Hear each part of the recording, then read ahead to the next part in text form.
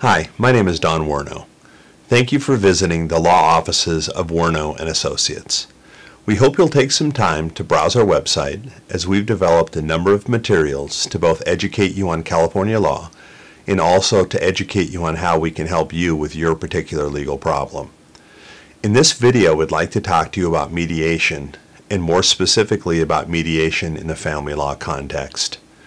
To be clear, mediation is not new. It's been around for 20 or more years, and it came really to the forefront at a time when the California court system was horribly backlogged, much like it's becoming again today. During that time, it might take a case 5 or more years to come to trial, and in those 5 years, a lot of bad things were happening. People were dying, witnesses were moving away, evidence was lost, people were forgetting what happened, and as a result, people really weren't getting a fair opportunity to have their day in court. As such, the court pushed alternate dispute resolution, which is another way of saying mediation. In ADR, the parties have to informally agree that they're going to use a third party to help them resolve their legal dispute, and that third party is often the mediator.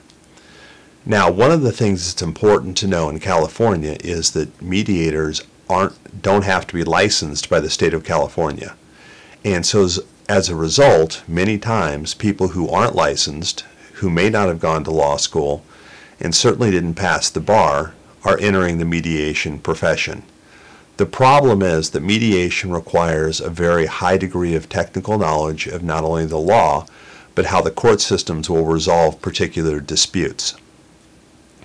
Unfortunately, I've had clients come to me after going to an unlicensed mediator to ask me to help them solve their problems. And by that time, they've not only spent money that they didn't need to, but they've oftentimes made their problem worse because the other party is now more frustrated because they've tried to resolve the problem and were unsuccessful.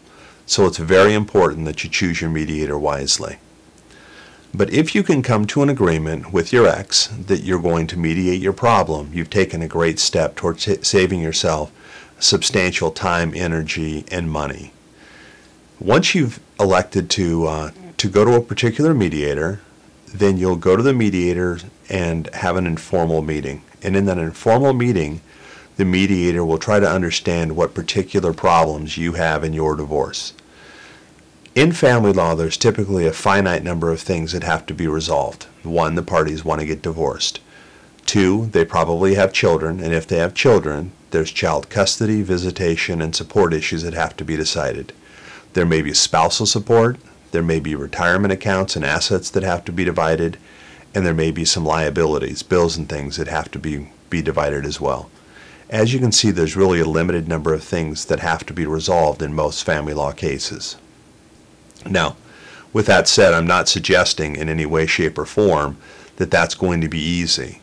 After all, you're getting divorced for a reason, and in that divorce, it may have been caused by marital infidelity, alcohol or drug abuse, or the people just simply fell out of love and are no longer on the same page. A lot of times, that emotional problem, that emotional baggage gets in the way of a successful mediation. And that's why it's important for the mediator to be able to resolve those disputes so that the parties can come to a consensus. In my case, I have a master's degree in psychology, and I use that psychology not only within the court system, but also to help parties kind of put aside their differences and focus on the task at hand, which is mediating informally a resolution to their dispute.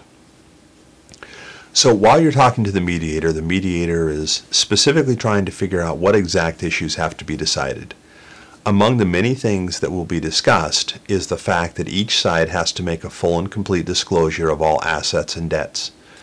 It's important because the courts will require you to make this disclosure and to sign a declaration that you've made this disclosure.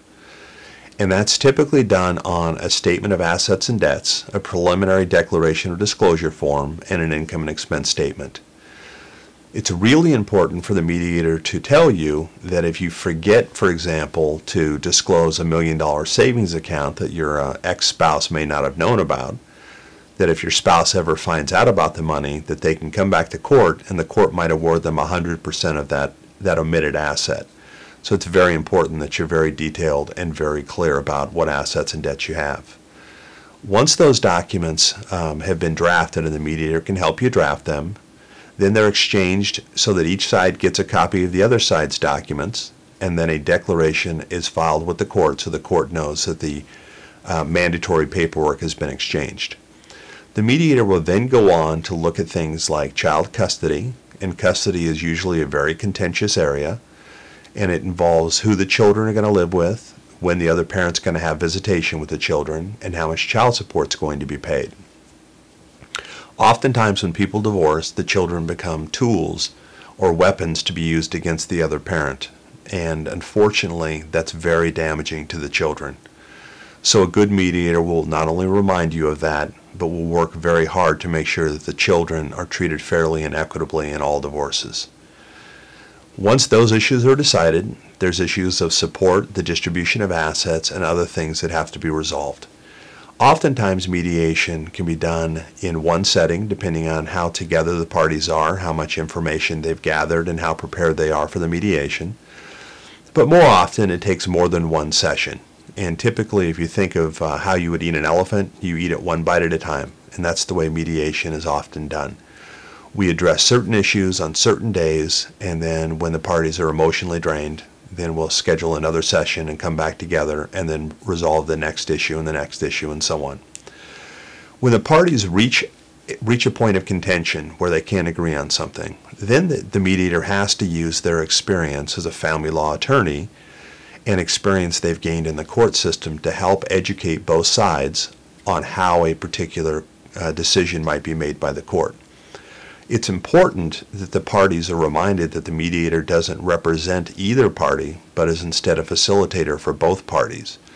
And so what the mediator might do is they might say, given the specific facts of your case, this is how the court will look at it, and then educate them, discuss case law, statutes that might be applicable, so that they can both get a better understanding of how the court will address and decide a particular issue, and so they can hopefully come to a mutually agreeable resolution. Now, if we're lucky and all of the issues are decided in mediation, then those decisions that you make are written down into a document called a stipulated judgment. The stipulated judgment is then given to both sides with the advisement that they should have their own independent attorney review the stipulated judgment and discuss it with each side, so that each side is comfortable that not only are their wishes being fully and correctly memorialized, which is a legal way of saying written down, but that all of their protections under California law are being met.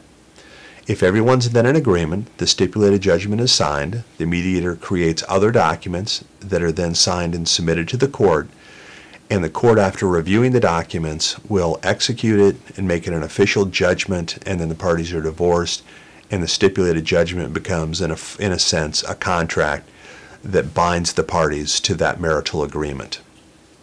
The beauty of mediation is that you have control over your own case, that you can decide what's best for you and your family, and that you don't have to rely on a judge to make some decision that could be completely out of left field and that you might not agree with. So it really is beneficial for you to try to put aside your differences and work with your ex to mediate your disputes. Alternatively, you can save yourself thousands and thousands of dollars, years of aggravation, and a number of sleepless nights. So it really is in your best interest to try to mediate your disputes rather than to litigate them. Now, sometimes the parties can't agree on everything. Maybe they only agree on 80% of the issues that have to be decided in their particular divorce. That's fine. We can still memorialize those agreements, submit them to the court to be made an order, and then go to court and actually appear before a judge to resolve the last 20%. While that's not ideal, it'd be great to resolve all of the issues. It'll still save you a considerable amount of time and energy because 80% of your issues were resolved informally, leaving 20% to be literally fought over. Now, this is just a small snapshot of how mediation might work.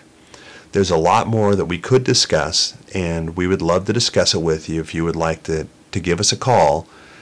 Consultations are always free. You can call us at 714-542-44 888-888-6666. And thank you for watching our video, and if we can be of assistance, please don't hesitate to call.